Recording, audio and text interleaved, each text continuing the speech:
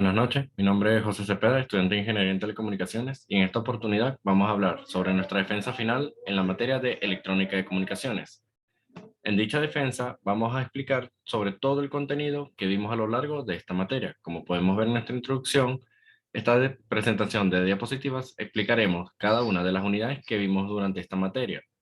En dichas unidades vistas, tuvimos que nuestra unidad 1 fue el ruido en una señal, nuestra unidad 2 hablamos sobre los amplificadores de RF, la unidad 3 sobre osciladores, la unidad 4 sobre los osciladores pero controlados por voltaje, y la unidad 5 sobre un receptor superheterodino. Ahora, hablando sobre nuestra unidad 1, el ruido en una señal. ¿Qué es un ruido? Se conoce como una perturbación o una anomalía, que es una señal no deseada dentro de nuestra señal útil, que es decir, la que transmite nuestra información a través de un medio de transmisión.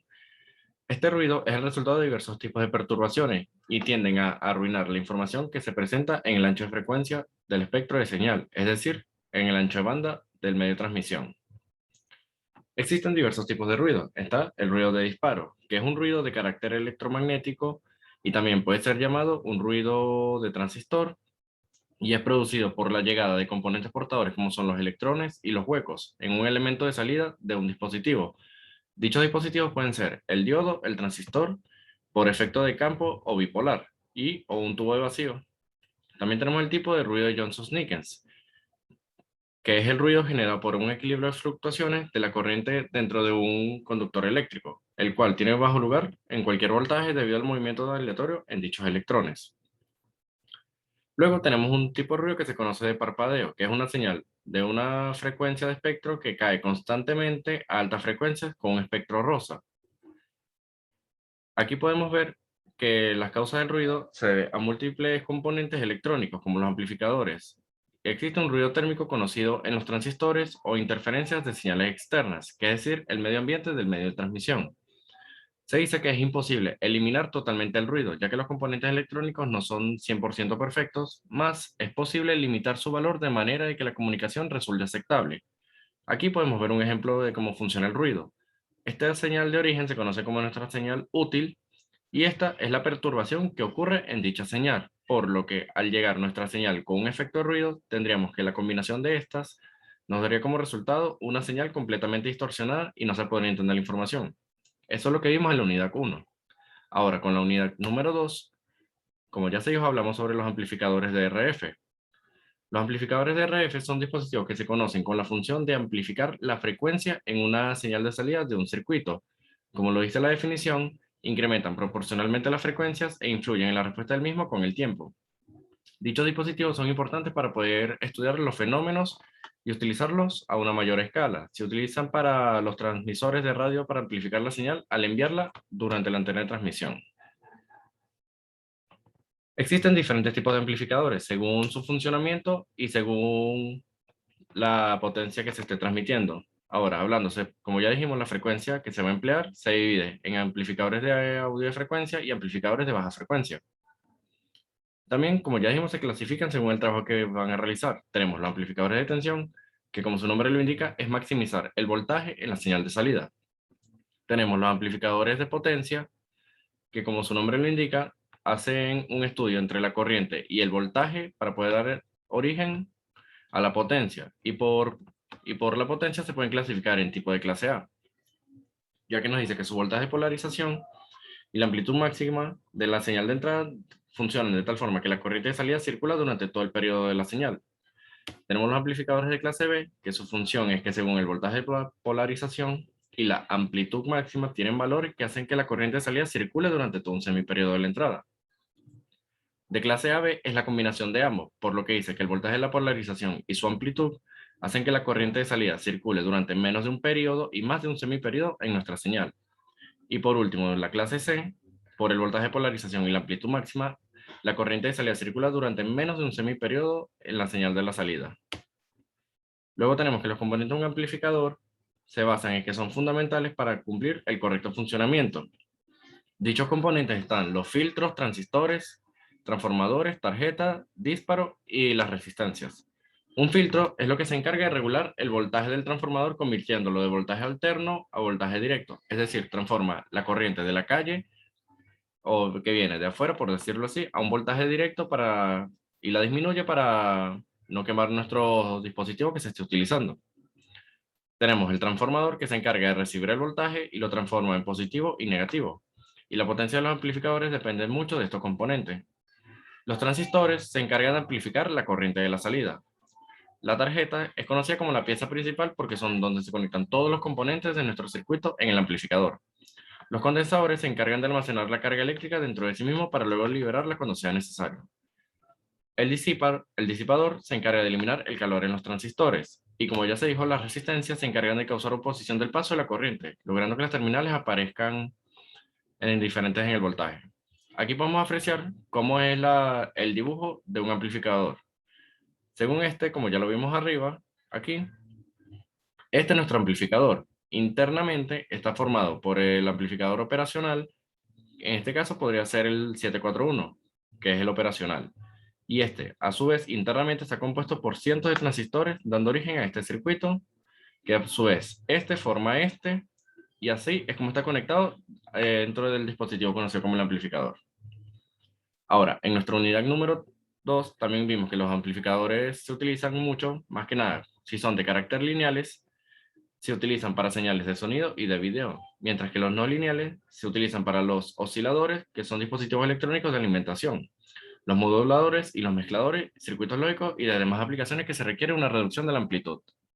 Ahora, en nuestra unidad número 3, como ya se acaba de decir, vimos sobre los osciladores, que como se acaba de decir, es un dispositivo capaz de convertir la energía de corriente continua en corriente alterna, a una frecuencia determinada, siendo una repetición cíclicamente una forma de onda determinada, y esto se produce de forma de oscilación periódica. Ahora, ¿cómo funciona un oscilador?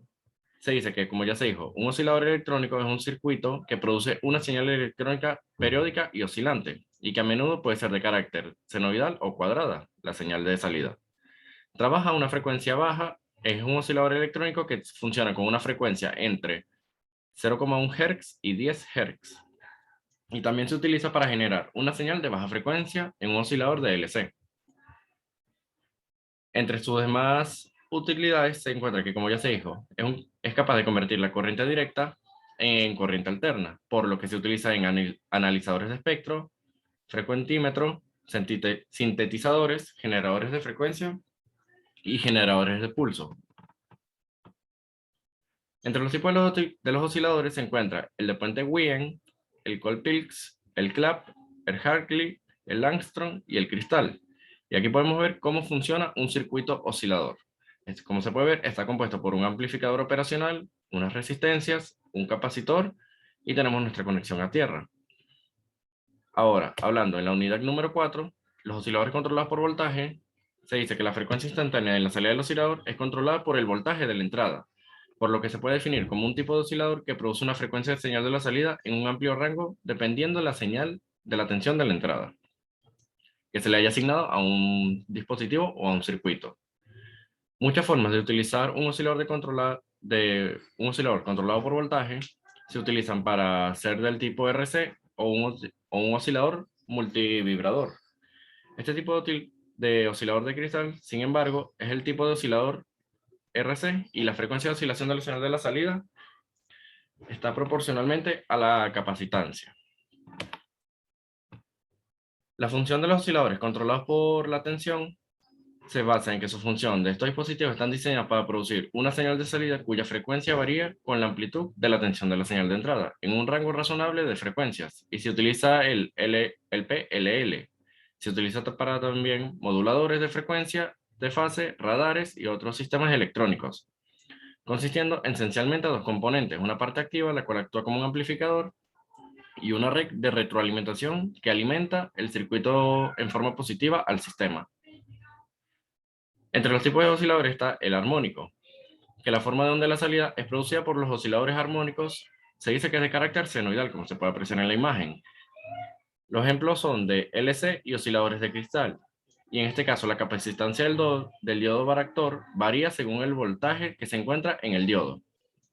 Luego tenemos el oscilador de relajación, que su forma de onda de salida es producida por el armónico, que es conocido también como osciladores, se dice que es diente de cierre. Este tipo de oscilador puede dar un alto rango de frecuencia utilizando una capacidad reducida de componentes y principalmente puede ser utilizado en circuitos integrados monolíticos. Entre las aplicaciones de un oscilador controlado por voltaje, se utiliza para generadores de funciones, un bucle de fase bloqueada, un generador de tonos, una frecuencia de modulación por desplazamiento y una modulación de frecuencia. Ahora, por último, en nuestra unidad 5 hablamos sobre los receptores superheterodinos. Se dice que un receptor superheterodino es un dispositivo receptor de ondas de radio que utiliza un proceso de mezcla de frecuencias o heterodinación para convertir una señal recibida en una señal de frecuencia intermedia fija, que puede ser convenientemente elaborada, es decir, filtrada y ampliada para que la frecuencia de radio de la portadora original nos dé la proporción de un nivel fijo a una sensibilidad y selectividad. Aquí se puede ver que un receptor superheteroidino en la primera etapa es un circuito de sintonía de entrada, que es decir, nuestra señal de entrada, y aquí se ve que tiene una capacitancia de 1000 kHz.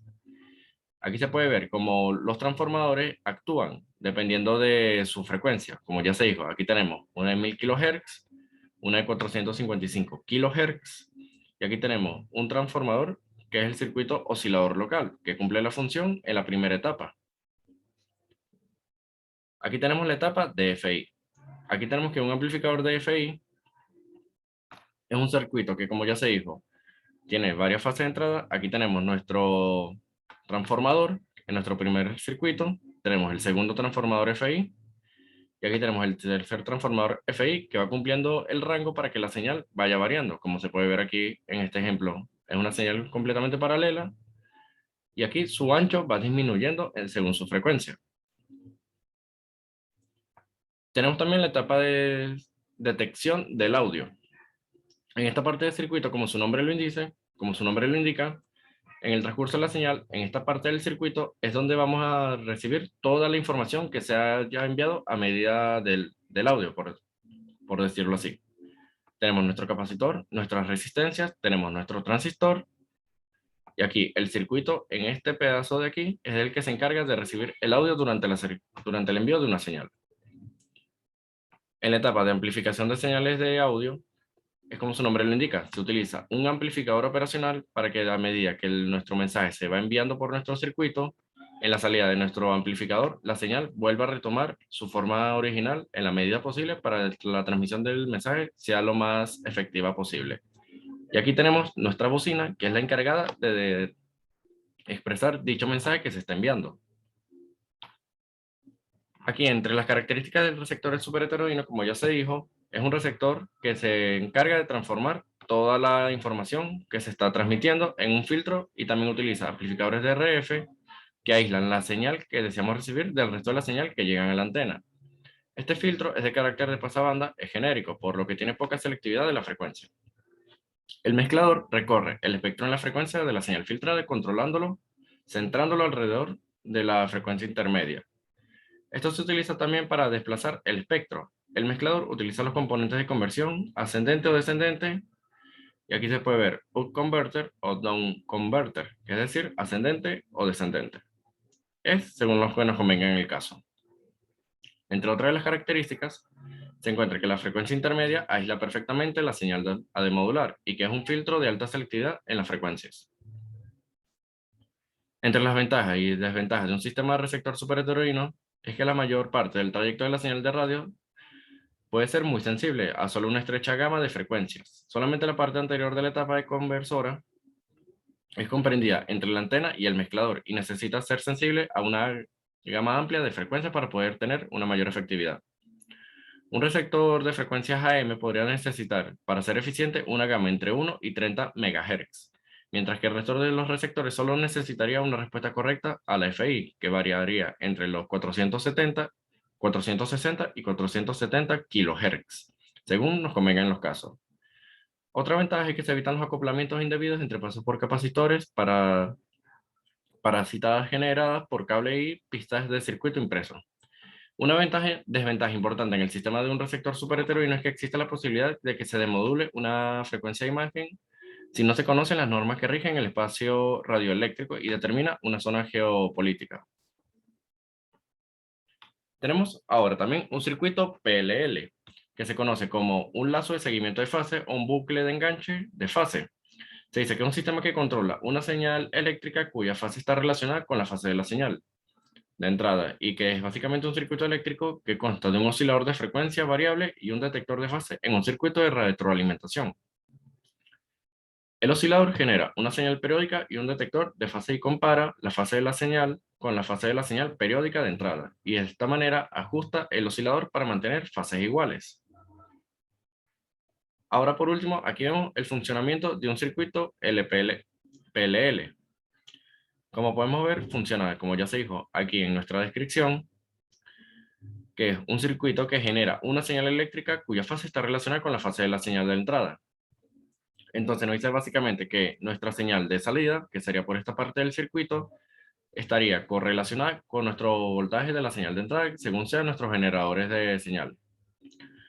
Aquí podemos ver la descripción de un circuito PLL.